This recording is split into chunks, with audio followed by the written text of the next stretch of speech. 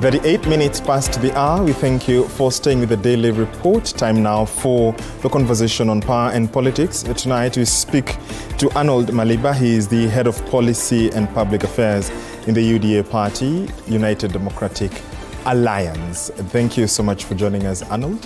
Thank you. And karibu to your debut on Monday's Daily Report. Thank you for having me. Indeed. Yeah. How united is the United Democratic Alliance? UDA, or the United Democratic Alliance Party, is as united as the word united could go. If you were to define united, I think, and then you were to give an example, you will have to talk about UDA. Yeah. At the manifesto, you presented quite a united front. Yes. And these squabbles that we've seen, especially over the leadership of that party, Yeah. Were they anticipated? Are they organic? Is it, would you say it's an exercise of democracy? You know, UDA has got a D in it. That D is not silent. It's not there as a decoration. The Democratic Party in UDA is actually practical, it's utilitarian, and it's actually in practice. So you do not expect UDA to function as a theocracy. Even in a theocracy, God, for example, as a practicing Christian, I'll tell you that God speaks about come, let us reason together. Yes. So there will still be dialogue even in a theocracy. So in a democracy, you expect the voices, the noises you hear, those are deliberations. Even constitutionally, we talk about public participation. That participation is not meant to be friendly. It's not meant not to have noise. So anything that you see out there is a manifestation of the D in UDA. Yeah. Why was the former Secretary General ousted? What was the real reason behind it? I think the National Executive Committee sat.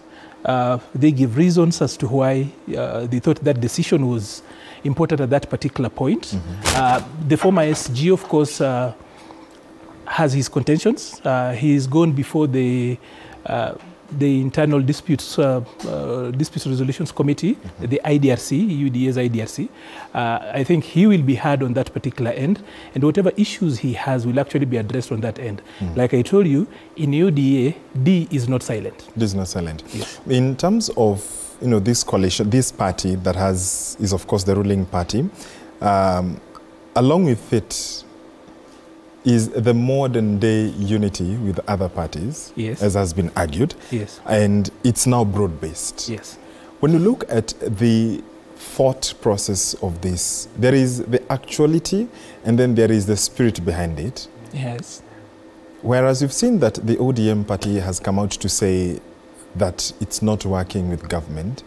What exactly do you think is the feeling of the followers who elected UDA in a majority, as claimed in the past, and said, we want a party that does not, quote unquote, seem to be in dalliance with the opposition? But that's what pretty much the UDA party has done. Where are we with this broad-based government? First of all, we have a constitution that all of us are there to. Today, there is no one who is part and parcel of the executive, for example, who is a member of a party that is, first of all, to be a cabinet secretary, for example, because that's where this question is leading to. In the cabinet, you cannot be a member of the cabinet if you are a member of a party. So all cabinet secretaries have, as of law, they have to depoliticize themselves before they become cabinet secretaries. I'll give you an example. The former leader of the ANC party, the Amani National Congress, for example, all of us knew him as the leader of the ANC, but he had to step aside from that particular role so that he takes up a national state role. So literally everybody who is part and parcel of the cabinet thus far has complied to that end. So there is no ODM in the cabinet. And the people in the cabinet, all of them, including those who you would say, for example, were in UDA, are not members of UDA. They serve in a government that is UDA sponsored, but they are not members of UDA until they actually step out, because the role they actually handle expect them to actually not carry the bias and the shades of political parties. So if a few people have actually left the parties they used to be, they have got a right to be in government, for example. ODM as a party, for example, and really it's important for us to put this out. Mbadi is not ODM. Even if you were to put Mbadi plus Wandai, that is not ODM. ODM has got about 3.5 million members. Even if you were to bring in who else has come from that particular front? Joho. Still, that is not ODM. Oparanya. That is not ODM. ODM is the collectivity of about 3.5 million registered members. So the argument that we having a few people, when the president spoke about broad-based, is that he will reach out to other spaces where Kenyans will feel like they're part and parcel of this particular process. Yeah. And Oparanya, as an individual, has a right to be in this government. He has not offended any constitution by leaving ODM, resigning and joining government. He has not offended any law. Yeah. So first and foremost, I know we are opposed with this concept. We are so... not opposed but obsessed to this concept that opposition and then there is government. We, the people of Kenya, 67% of us went to a national plebiscite, voted and chose the new constitution. The new constitution gave parliament, both at the three levels of what I would call the legislature. We've got a three level. We've got the Senate, we've got the National Assembly, and then we've got the county assemblies. We gave that the oversight role to parliament. And then we gave somebody called the minority leader to take care of that. So, playing oppositionist politics is not a preserve of a certain group out there. But it's been given to the legislature to play that particular role. Okay. But it doesn't matter whether you are elected on UDA, so long as you're in parliament. The role of oversight is your business. So it's okay. You've said, you know, it's bestowed on the minority. Yes. And then you go ahead as a party to pick the immediate leader of minority in the National Assembly. We did not pick the minority. We picked John Mbadi, the person. The position of minority... Opiyo Wandayi. Opiyo Wandayi, for example, the leader of minority. Is not. You cannot synonymize the leader of minority to the person of Opiyo Wandayi. That is given. It's an office that is established in law. It's not established in Ugunja. So it's not Opiyo Wandayi's birthright, for example.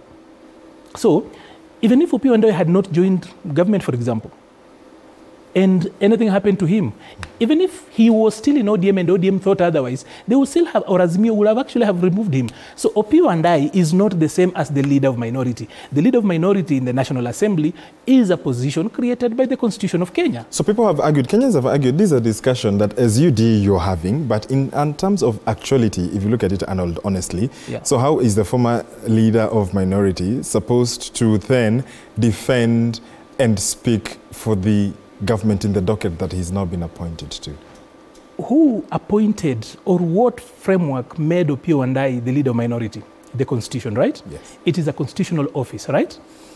Since it exists in law, we need to actually separate Opiyo Wandayi, the person, Opiyo Wandayi, the leader, from Azimio.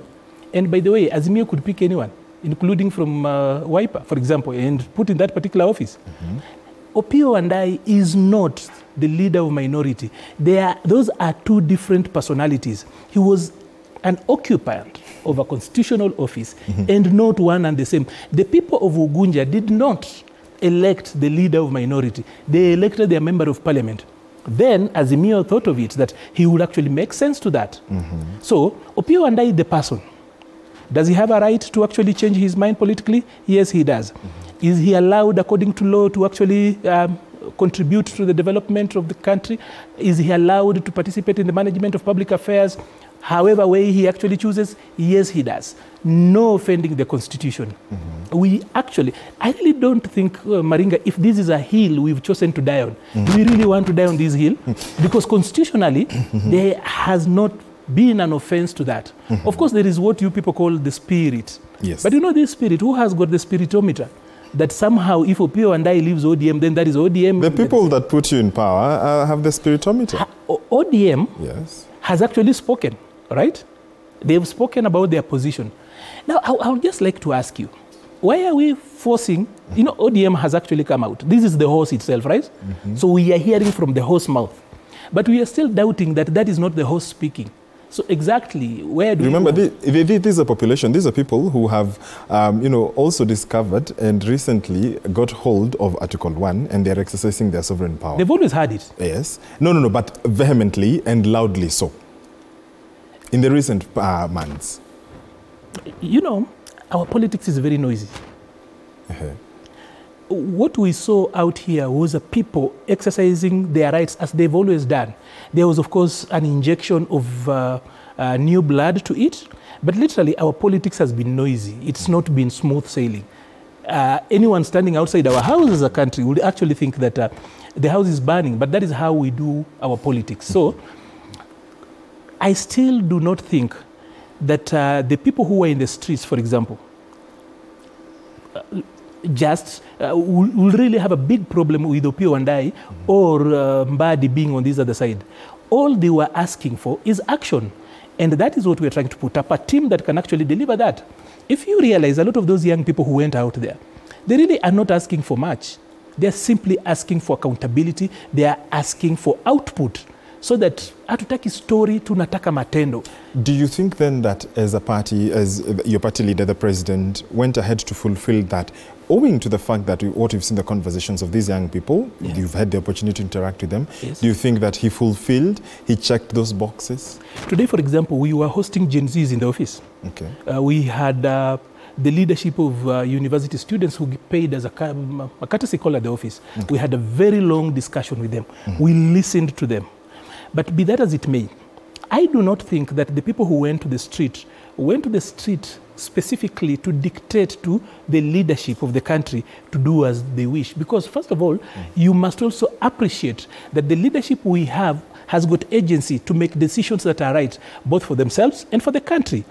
Secondly, you must also appreciate that UDA, Kenya Kwanza, is as patriotic as the people that went to the streets, and that they have got a desire not just to achieve for UDA's manifesto, but to also achieve for the people of Kenya. Because there is no UDA, there is no Kenya Kwanza without the Kenya and the people of Kenya. So it's not that the people who went to the streets have a monopoly of ideas, for example. It's not that they have got a monopoly on the thought processes that inform the management of public affairs. So they made proposals. The president actually listened. I actually have seen a Nigerian comedian who actually was making fun of Kenya. Was talking about how countries in Africa performed during the Olympics. And he counted all of them. And then when he got to Kenya, which was number one, he then said the Depression Republic of Kenya. And then, of course, Kenyans were not so happy. So they're asking, why did he call our country the Depression Republic of Kenya? And then he said that, of course, that is his interpretation of what has happened here. He said, you guys have depressed the president until he fired the whole cabinet. He's made so much changes. What is that if it's not depression? That was his interpretation. Of depression, yes. So, did the president listen to the young people who went out there and everybody who went out? Yes, he did. He recalled the finance bill. Remember, that was the clarion call. Which is about to make a comeback. Still, that is a requirement of law that we must have a finance law in place. That when the reason why we have got people looking for votes, the reason why people go out to be elected is for a simple rule, so that they can apply their thinking, their skill set, their experiences and competencies to public policy. So Kenya Kwanza has got what it promised Kenyans, and they were elected upon that particular promise. That is what is actually manifested in the plan. As per the plan, there are things we promised, and we have not changed that. We actually have to deliver that. Secondly, there are economic realities. There is a background that is the economic situation that we have as a country. So we should not demonize this thing called the finance bill as if it's not supposed to exist in law. There are also our realities. There's the situation we are in as a country. So when you get to that particular place, you have to abide by that. Today, we are, of course, surviving without that law, but that does not mean that we don't require it. We require it because if we go for the next 3 months, for example, without a substantive finance law in place, remember our budget is actually legislated. So if we can actually continue into the process of running a budget without having a substantive law to it, we will run into challenges again with the Auditor General. And that again will be another reason for people to go out in the streets and lynch us. So we have to abide by that. It is how convenient, you know, the party chooses to listen to the Auditor General, but then on such an issue, you know, saying you'll run into problems with the Auditor General, but then when the Auditor General flags some expenditure, you know, and in her reports, the party, and I mean, UDA doesn't seem to have so much hue and cry about it. I do not know. Again, I will use this word. Yes. Do you have a meter, a simometer? It's that UDA does not seem to listen to the Auditor General. Why do we have to follow and abide by the law? The laws that we've given to ourselves are not suggestions. The institutions that the people of Kenya, and I said 67% of them went to vote in 2010. I think we will be talking about 14 years. Yes. Should be 14 years this year when we send. Should be on 27th, right? Yes. Of August, right? If I'm not wrong. Yes, next week. Yes. That should be the Katiba Day. So 67% of Kenyans went out and endorsed these laws, including putting up institutions like the Auditor General. The Auditor General's office is actually an appendage of Parliament if you were to draw a national organogram, a national leadership organogram. So we do not seem not to follow what the Auditor General does. Whether we like what she says or not, that is none of the business of the Constitution. As in, it doesn't matter whether we like it or not. We have to abide by that. We have to fulfill the requirements and the dictates of the law. So, if we do not then have the laws in place, we will actually be running an illegal expenditure. That will definitely put us in problems. And like I said, with the Auditor General, with all other oversight agencies, including Kenyans. Yeah, because Kenyans are actually the apex of everything else.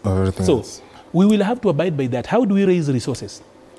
Our situation has changed. The way it was in 2022 is not the same way it is today. We've got national obligations to meet. And one of those obligations is actually to abide by the laws and the rules we gave ourselves. Yeah, so I don't know why, and I'm afraid, you know, Maringa, I think it will be fair for us when we go out executing this particular agenda on the finance bill, let us not demonize it. Because how are we going to raise money? How are we going to run the nation? It's easy, by the way, for us to go out there and lynch these processes. After we've lynched those processes, how then do we proceed? And people will tell you, it doesn't matter how we proceed, just push it. And then when we get to the cliff, somehow something will give in. That's not how leadership, there is a lack of leadership. It's a lack of foresight, because we keep on running this direction, and then we don't want to actually talk about tomorrow. Really, then we do not deserve to call ourselves leaders. We must actually tell you this is the direction. The basic definition of leadership is a guide, is somebody showing direction. And we have not surrendered that particular position. Kenyans spoke to us and told us, we need a different way of looking at things. We've gone back, we've listened to that. So until we look at the new draft of the finance bill, it will be too early to demonize it. Again, if we are going to throw out everything that there are quite a number of things that were quite progressive. Two, let me tell you, the topic on taxation, the taxation policy is one thing that is not good to study. Even the guys who study the law on taxation, it's not something that is so good. So let's not lie to ourselves that anyone loves to be taxed, for example, including myself. If I had an opportunity, ways and means to actually run away from taxes, definitely, George, I will run away. So when President Ruto was talking about, you know, the broad-based government after appointing the CSs, he said he doesn't want to be the only one called Zakayo. Yes. And, you know, the load of Zakayo to be carried by everyone else. Yes. When you look at how this process has been, especially, you know, the promises by the same president, he said that in the previous administration when he was deputy, there was an infiltration by ODM at the time, by NASA at the time, then that the Jubilee administration did not fulfill its promises that it had made to Kenyans, right? Yes. So are we foreseeing, will we then look at a position or a situation where perhaps there will be talk of we included other people in government, and that is why, quote unquote, we have failed? First of all, the president saying that the title Zakayo should be shared by everybody so that all of us become Zakayo is simply speaking to the motto by KRA. KRA's motto is so simple: tulipe ushuru, tujitegemee. So, but then the characterization of how we do tax or how we raise revenue had, in the last about 20 months, had been made to actually look like they are in the business. Those in the executive are in the business of taxing Kenyans. So, and of course, we went into the Holy Book, picked that character, forgetting that even when Jesus was actually, when Zacchaeus actually went out to look for Jesus, he wanted forgiveness from, not that it changed. And of course, Jesus told Zacchaeus, calm down, I will go and eat in your house. So probably that's what has happened, that all of us have calmed down. Now we actually are going to sit together and eat. And I'll put it in Swahili, probably it will make much more sense. Jesus said, Zakayo shuka chini. Today, leo lazima nile nyumbani mwako. So here, all of us have been invited. We said Zakayo ashuke, fine. After that, now we have invited everybody together. Now we are going to actually sit down and do this business together. Do you think what Jesus was eating in Zacchaeus' house was not part and parcel of the taxes? Oh, you mentioned Zacchaeus. Alishuka. Did Alishuka go Kenya? Is the finance bill still the same? But it's coming back. The eco levy is about to come back, surely. Do we still have the same cabinet as it were? The same cabinet that has still caused uproar, and Gen Z have said you did not quite follow what they wanted. There's not going to be a day, George, there's not going to be a day when you make a public decision that cuts across and everybody claps. On the day you do that, you need to resign. But the noises are more than the applause, if you look at it. Using what metrics? We're using what metrics? Social media?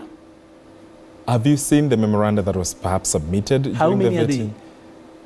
It was quite a number, Arnold. Look at this. You said it's quite a number. If you can't quantify it, then we should not actually have a quantitative discussion on this. It's qualitative, so let's keep it that way. That is quite a number.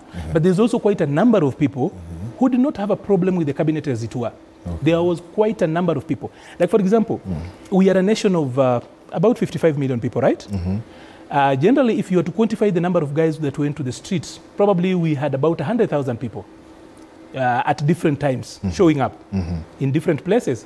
Would that, for example, be representative of about the 24 million adults in this country, 24, 25 million people in this particular country? It's a percentage. It's a percentage, yes, but 100,000 people, for example. But the president listened to it because public sentiment is important. Two, if honestly Kenya Kwanza were to sit down and tell people, we will run this country by way of social media sentiment, we will not have a country. They've already said we don't have a country here. We have a country, and that is why you can actually go out and demonstrate. What are you demonstrating? You are in a country. We are in a country that allows you to do that. There are other places where you can't even do that. That we're even having this discussion means we have a country. And I would love to appeal to the patriotic sense of everybody else.